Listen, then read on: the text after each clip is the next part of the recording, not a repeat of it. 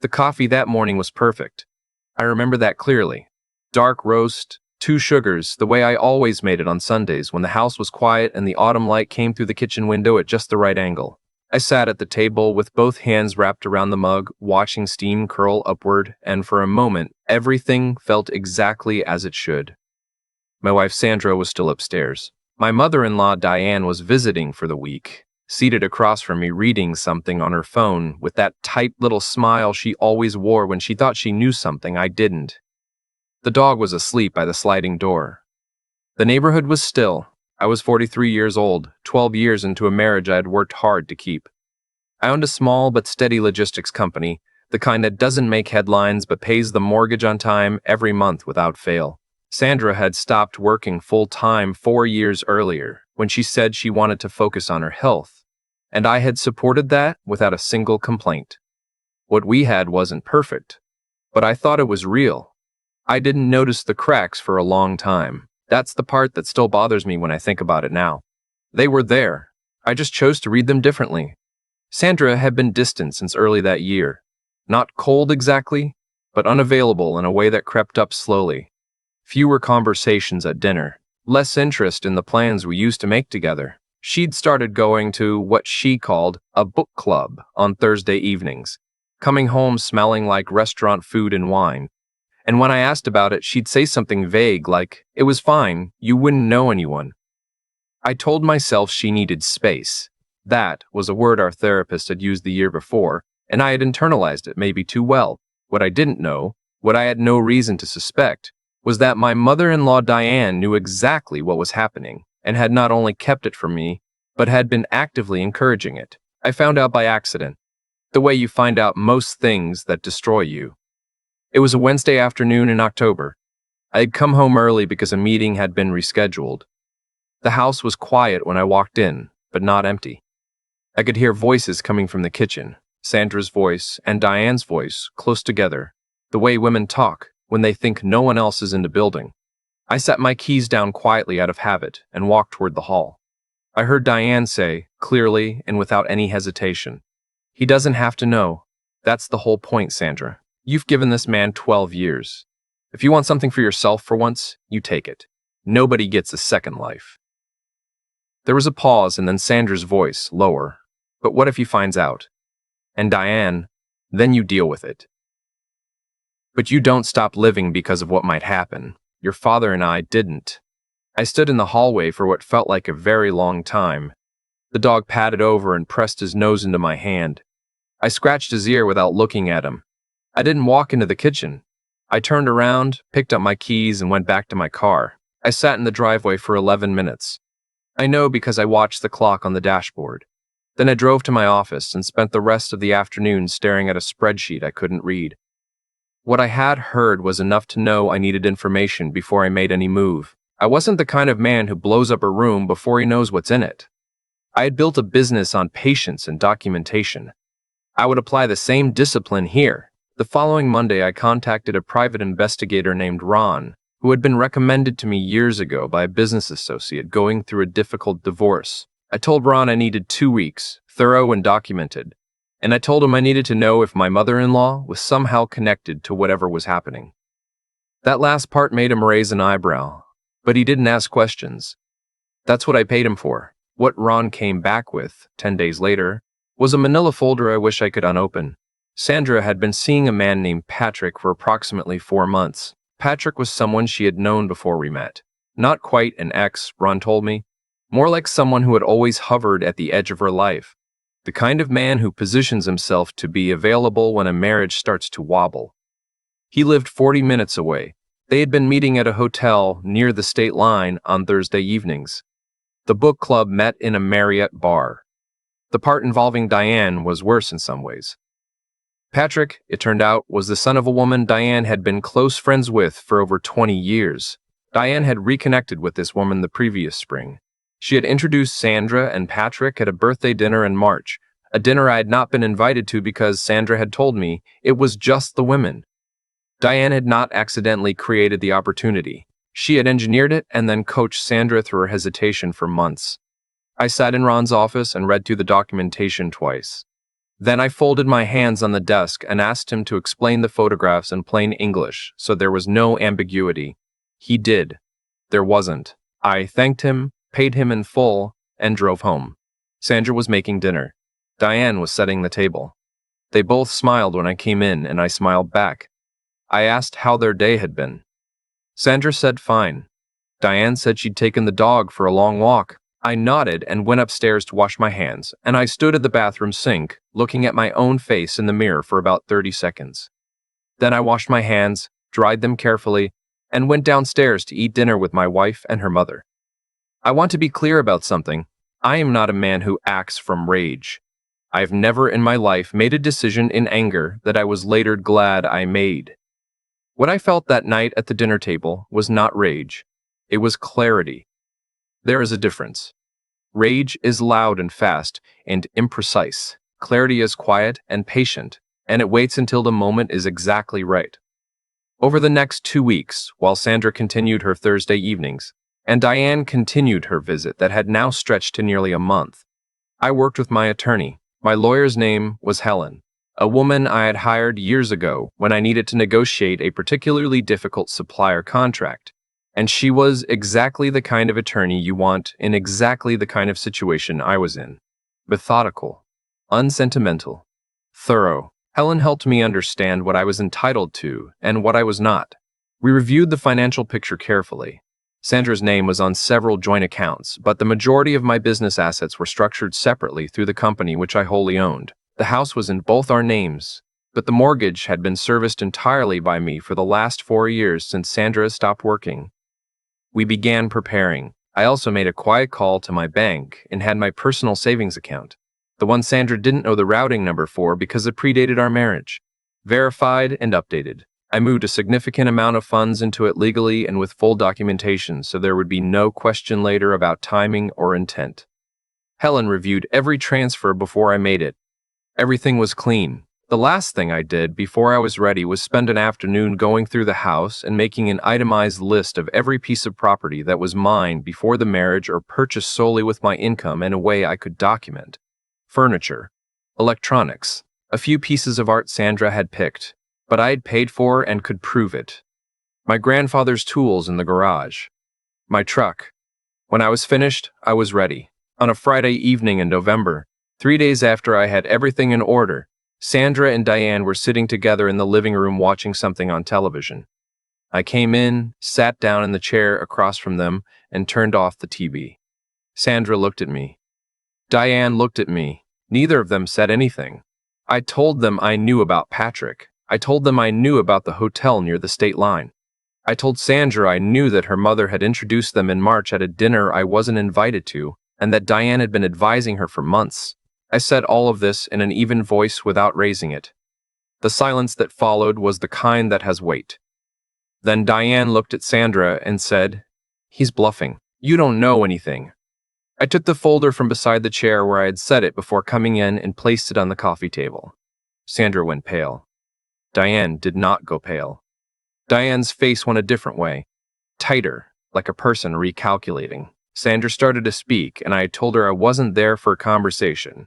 I told her I had spoken with my attorney, that divorce proceedings were already being drawn up on grounds of adultery, and that I was asking both of them to leave the house that evening. I told Diane specifically that her extended visit was over, and that if she needed help finding a flight home, I would pay for it, but that she would not be staying in my house another night. What happened next was not what I expected, though looking back, I'm not sure why. Diane stood up. She straightened her sweater. And then she looked at me and said, with a composure I found genuinely astounding given the circumstances, "You need to think very carefully about what you're doing. Sandra is my daughter. What's good for her is what matters. You have done nothing wrong, and neither has she. People need more than one chapter in their lives." I told her that, and I stand by it. I looked at her for a moment. Then I told her I was calling a locksmith first thing in the morning, and that anything belonging to either of them that was not removed tonight would be placed in storage at their expense. Sandra was crying by then. She said my name twice. She said she was sorry, which I believe she meant in some version of the word, though it was a version that didn't include stopping. I told her the paperwork would be served within the week. Then I went upstairs, locked the bedroom door, and slept better than I had in months. The text started the next morning before 7. Sandra's first. Please just talk to me. We can work through this. Then Diane. You are making a catastrophic mistake. Sandra needs you. Then Sandra again. I ended it. I already told him it's over. Please. Then Diane. She made one mistake. 1. You're gonna throw away 12 years? I read all of them. I responded to none.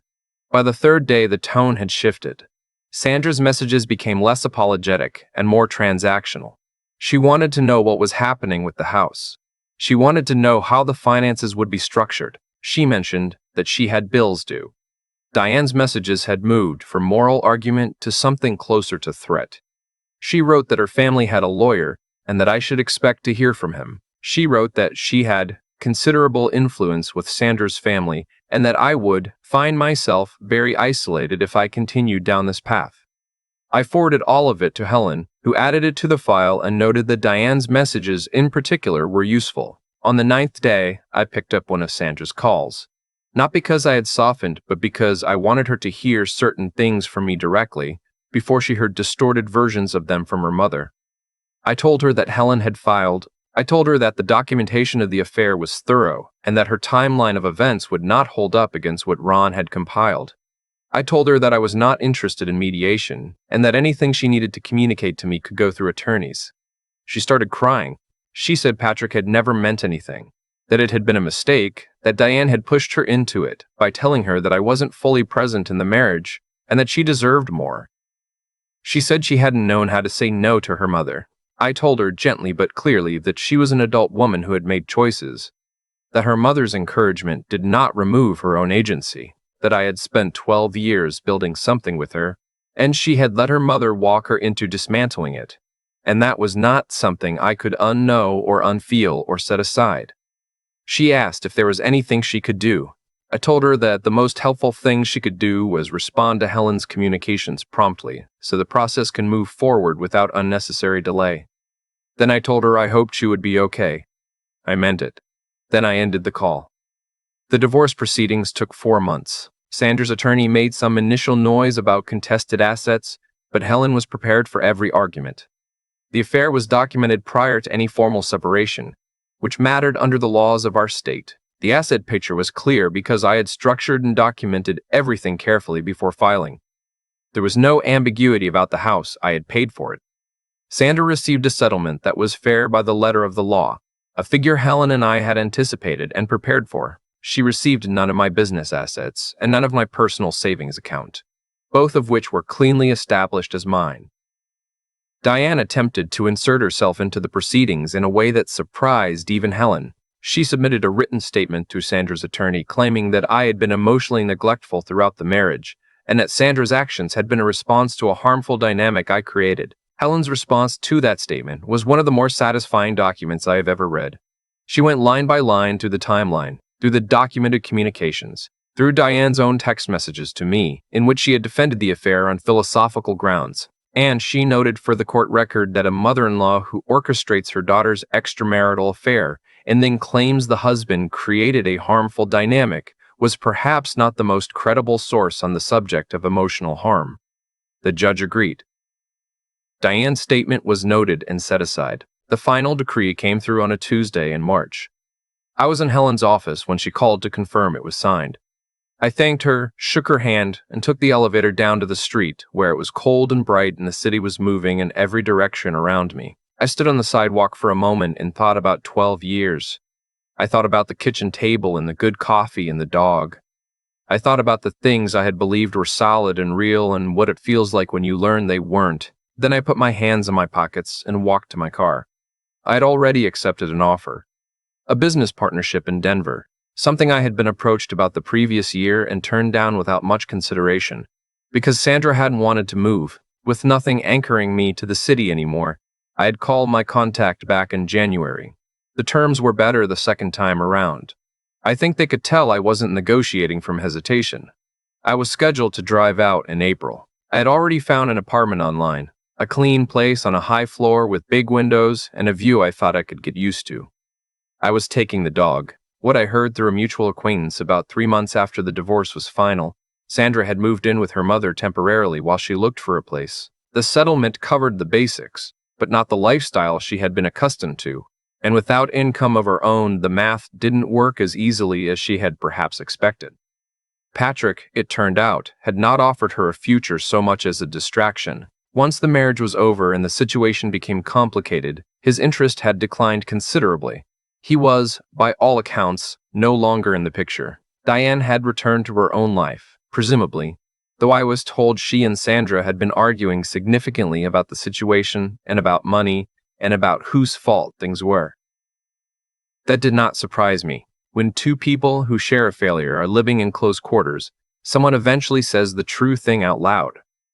Then, one evening in late May, after I had been in Denver for about 6 weeks and had started to feel something close to settled, my phone rang with Sandra's number. I almost didn't pick up. Then, I did. Because I was curious and because I was far enough away that the conversation couldn't touch me the way it once would have. She was not in good shape. Her voice had the particular quality of someone who has spent a few days coming to a difficult realization and hasn't slept properly through the process. She told me she had been thinking a lot. She told me she understood now that she had made a series of choices she couldn't undo. She said her mother had meant well, but that meant well and was right were not the same thing, and she was only now fully appreciating that distinction. I told her I appreciated her saying that. I told her I genuinely hoped she found her footing. She was quiet for a moment, and then she said she missed what we had, the real parts of it, the early parts when things were good, and that she wished things had gone differently. I told her I understood that. I told her I understood that too for a while. Then she asked if I was happy. I looked out the window at Denver lit up in the dark. The mountains somewhere past the edge of the city where I couldn't see them yet, but knew they were there. I told her I was getting there. She said that was good. She said she was glad. We ended the call without drama, without anger, with nothing left to argue about. I set the phone down on the table and the dog looked at me from across the room and I told him we were fine. The next morning I drove up into the foothills for the first time. It was early and the air was sharp, and the road curved through pine trees and red rock, and the sky was the particular blue that happens at altitude. I pulled over at a turnout and sat with the engine off and listened to nothing for about 5 minutes. 12 years is a long time, but it is not the rest of your life unless you decide it is. I started the engine, pulled back onto the road, and kept going.